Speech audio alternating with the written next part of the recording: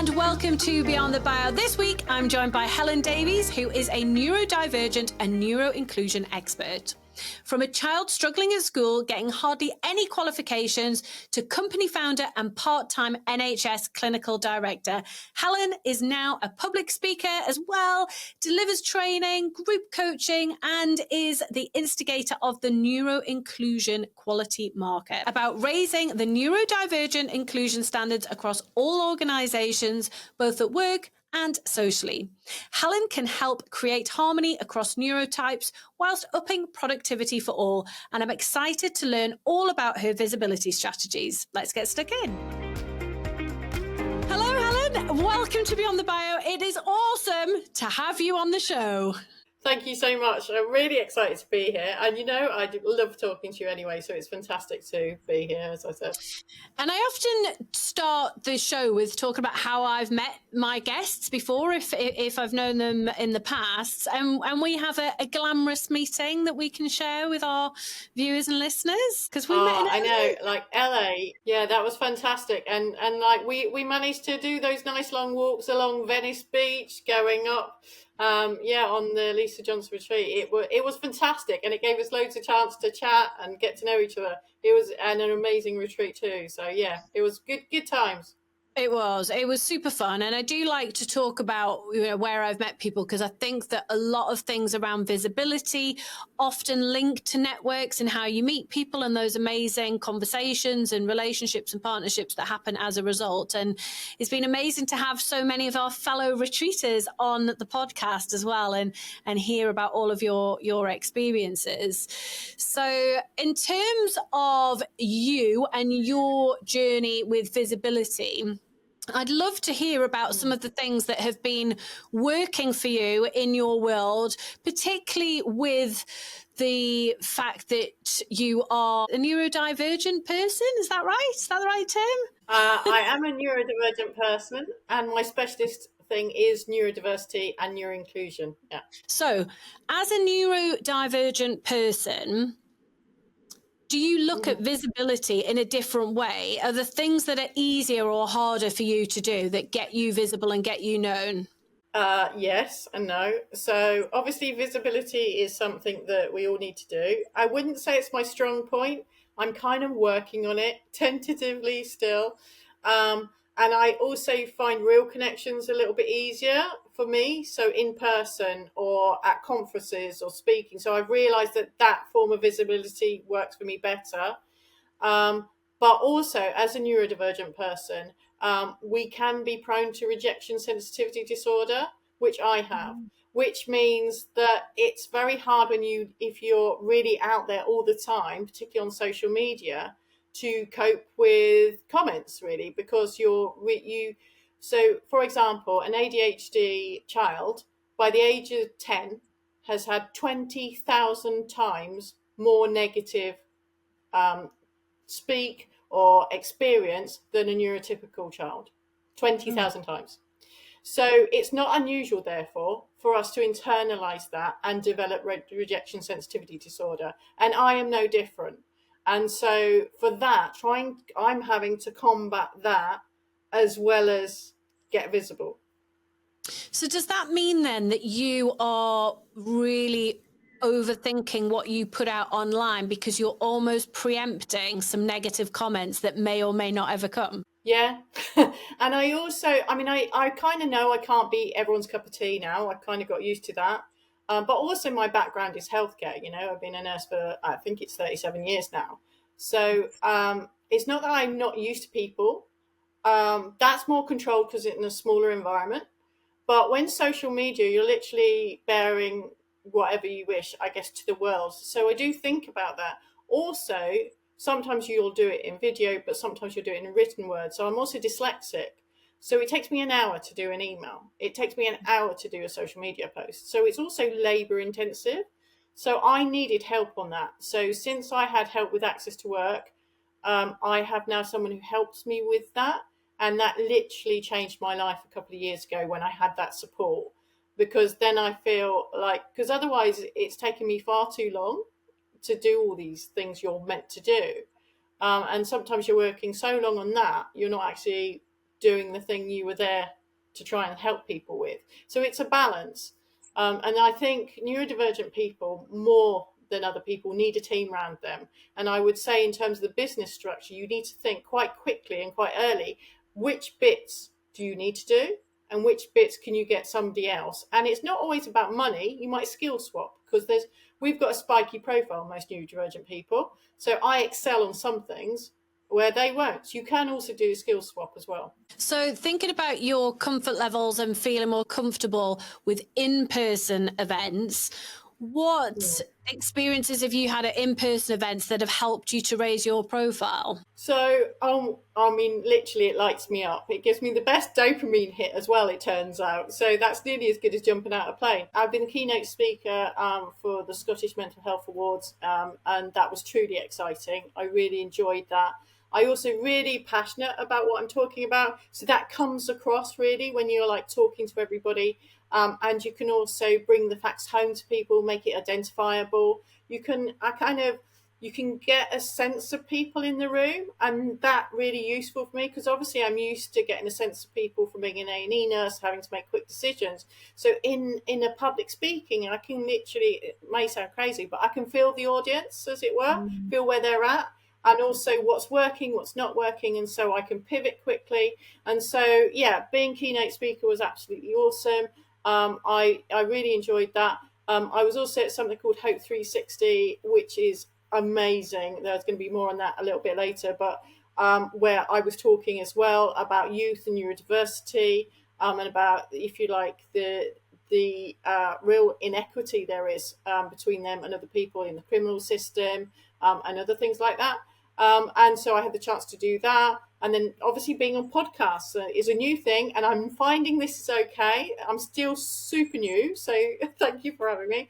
But I think I need that connection with someone, and then I can kind of, if you like, help adjust it and also get the message across. So do you think it's easier to do a podcast with me because we know each other rather than a strange host?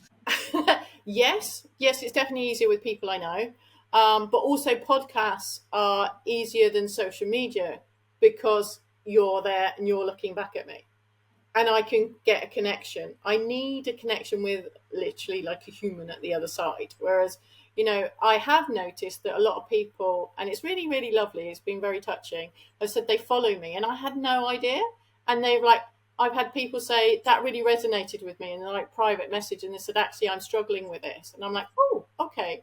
And I've had people like following me for a few years at this point, and I had no idea, because I didn't really get this concept of, well, for a better way, lurkers, who are watching but don't necessarily want to comment because they might have the same fears as well. And have they come across you from seeing you speak at an event, or have they come across you from what you have been posting on social media? Or is it a mix? So people who have seen me from a social event definitely do then, most follow up with something generally, if they need help regarding neurodiversity, or they want to raise awareness and stuff like that. But I find people do follow me, particularly on LinkedIn, because they find it interesting, the debates I have, and I guess the facts that I'm sharing. It's one point of view of the world. That's so interesting when you were talking about how you were struggling with the social media side. And, when you were saying earlier about having that kind of fear of rejection, has that actually happened on social media? Have you had any kind of come back on anything that you said? I have. Most of it isn't about neurodiversity. The most controversial thing I do, by just being me, is being gender fluid and part of the trans community. That everyone's got opinion on now more than ever. So if I'm ever to put something like that, I do know that I'm opening myself up for criticism, because there's a whole host of people who've got very strong opinions on it. Equally, because I'm in a position, I think, of privilege, I can have a voice where other people feel really downtrodden, and I hope I can also give them a bit of a voice, and them to have someone else there who is being visible. It's not what I lead with, but I think it's important for also people in the community to know that you can, not have a closeted life, and it's reasonably okay. I wouldn't say it's completely okay, because right now we're not as safe as we used to be. So you're able to say those things, but you're being aware of the fact that you might get those types of comments back. And how have you prepared yourself for that, knowing, like almost steeling yourself to get those comments? Do you respond to them? Do you ignore them? Do you delete them? How do you handle it? I would say that depends on the day, how much social energy I've got left. So I'll basically gauge in myself, like, do I think this will harm myself to answer this? Or is it something I'm feeling robust enough to answer? And also, I don't always feel like I have to answer, because people can also educate themselves, and I can educate a certain point, but I'm also one person in the community. So I can't say I represent the whole community. I'm just living my truth. And also, I believe in freedom of speech. They have theirs, they have mine. As long as it's not hate speech, that's completely not okay. And there is a difference. There is. And do you find as well that because you're being outspoken about these issues, that actually that helps to further define your personal brand, and therefore people are going to either connect with that or not, but actually that might well win you followers and people that you're going to end up doing business with, because they feel similar to you because you stand for something. I do make a point every so often, because you get new followers and stuff, of being very visible about being queer, because I've got a wife, and there's a lovely family of 6 of us, and it's part of my everyday life. And if it's not something that people want to relate to, even if it's not their world, then I have no problem with them unfollowing me. That's fine.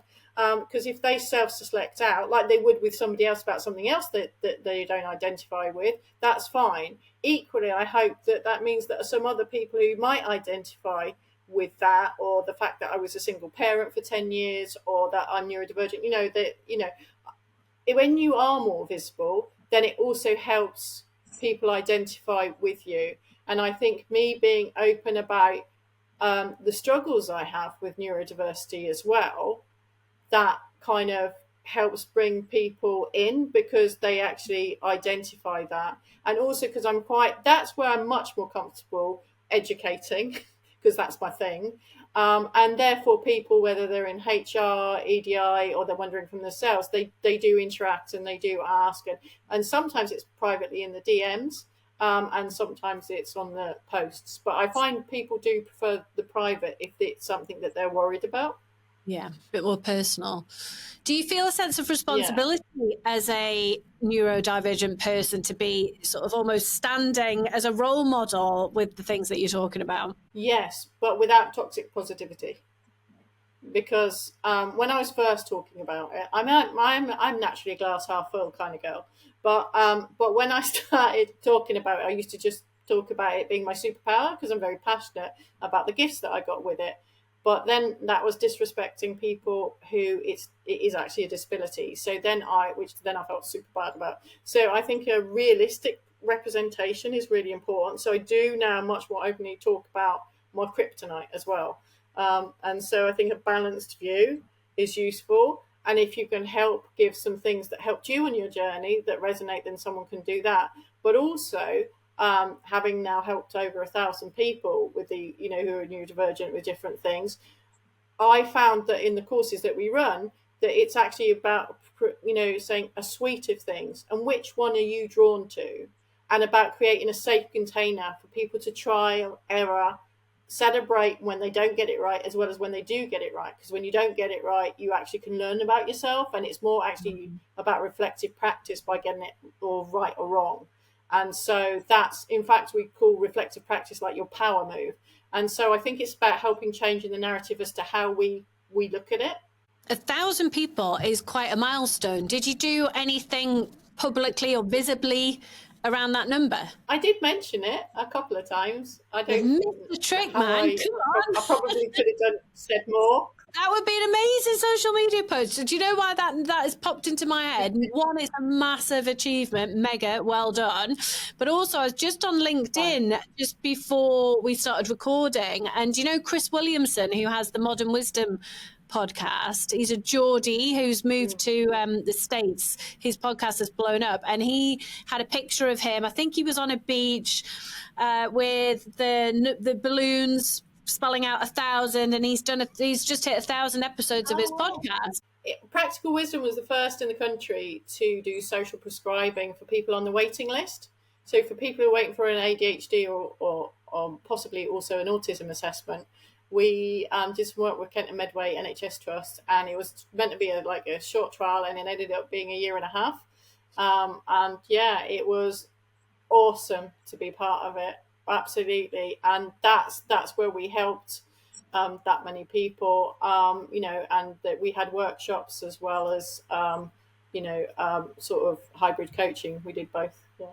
I think you should totally do a post about that. It's never too late to celebrate these things. Okay. And, you can even say that you were telling someone about it and they said that you should be celebrating it. So here you are, and do the post, take some action. But I think that's cool. And I think we need to celebrate these milestones along the way. When you were talking about social media and it feeling uncomfortable for various reasons, like what are you doing?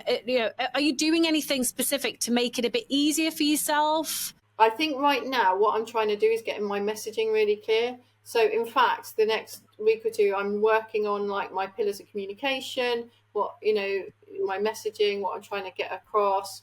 And so I also want that clearer.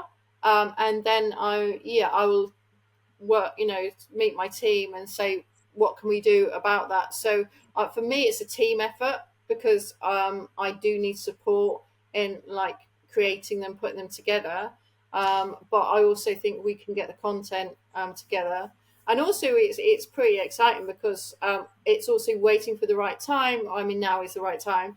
But so I've been working since February. I've never worked on anything this long since my dissertation, but about neuroinclusion. And we've got a really exciting neuroinclusion course coming out that will be CPD accredited, and also a neuroinclusion quality marker for organisations. So that is something we want to start telling people about, and also giving people from hints and tips that have come from our course, so that we can actually share that kind of impact for people as well. So that's something that we will now properly build in and actually let the world know about. But it has taken about 3 times longer than I was expecting to get here. Well, we'll definitely be popping a link to that in the show notes for this show. But how are you going to use your personal brand to spotlight your new course? What kinds of things have you got in the pipeline? So I think things like this. So I think going on podcasts, I think mentioning it when I'm public speaking, because they're my 2 comfortable things. I would love to get better at video. I'm not really that great at a video. I look like I'm reading a telescript and I come across as proper boring. Could you do it where someone's interviewing you instead, or something just to make it feel a bit more natural? Because it is hard when you're not used to it. And do you know what? You'll get better the more you do it, as you know.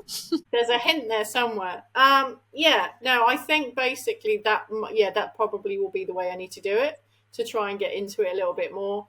I think making it a bit more, interesting and interactive. So, because I do need that energy, because it makes such a big difference to me. So I think doing that as well. Also, I don't mind doing sound bites and stuff.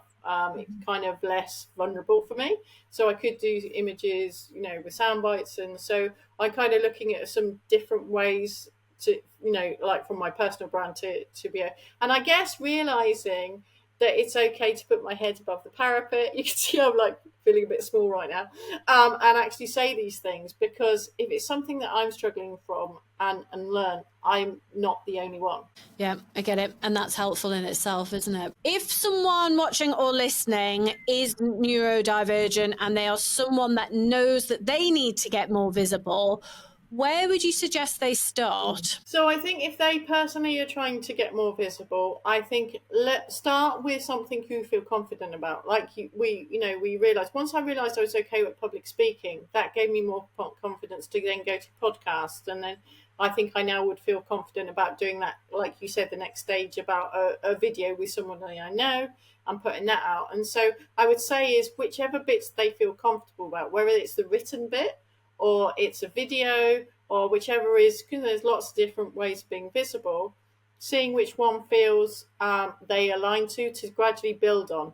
Yeah, so I would say that would be really helpful. And then do you think it's a case of sort of building on that and pushing yourself a little bit more, where, just pushing yourself to that next level, taking something new on? Yeah, this is an interesting one, and this is different to neurotypical people. Push a little bit, but gently. Because if you push too far and you have pathological demand avoidance, you're literally boomerang back. What is it? PDA to its friends. So basically, you can get it from an external source or even internally from yourself, is you literally have demand avoidance. So and a lot of people who are neurodivergent following neurotypical ways of doing business, it won't work. A large proportion. So that's why I say do it gently, because if you push yourself too far, you'll literally get into overwhelm and you'll stop. So you need to make sure that doesn't happen, because sometimes, so for example, I was speaking to someone today, is they were looking into something, they got more information, and then they literally froze in front of their laptop, and then they weren't able to work again for about half an hour, and then after that it kind of tainted their day. I mean, it really, pathological demand avoidance is a real thing, and overwhelm's a really big thing for us because our nervous system is a little bit overactive at times. And depending where we are on our regulation toolkit, depends how we can combat that. So that's massively a difference. So those kind of gurus who say work hard, play hard, and everything. Listen, I've worked in AMA. I know how to work hard and play hard, but if you are pushing yourself in the wrong things too hard, it will literally implode. So that's why do it with care. You know yourself anyway, whoever's watching. That's great advice and really useful for us here at Moja, actually, with some of our clients. So I will share that advice with the team. Thank you very much. Helen, if anyone listening or watching has not come across you before but would love to get in touch, where's the best place for them to find you? Yeah, so I'm on LinkedIn. You can also email me at helen@practicalwisdom.uk. We also have hello@practicalwisdom.uk. And there's also, at the moment, a great opportunity. There is a free Leaders Neuro Inclusion Toolkit. So if you're a leader or founder and wondering what to do and what would be helpful, that's absolutely free. And I'll give you the link for that as well. Amazing. And we'll pop all of those links in the show notes to make it super easy for anyone to connect and follow up. Thanks so much for coming on the show. Yeah, thank you. Lovely to be here. Thank you for listening. If you're serious about growing your profile, take our free profile assessment quiz to see where you're at right now and get hints and tips on how to improve your score. You'll find the link to the quiz in the show notes. If you've enjoyed the episode, it would be mint if you'd subscribe, like, and leave a review. See you next Monday.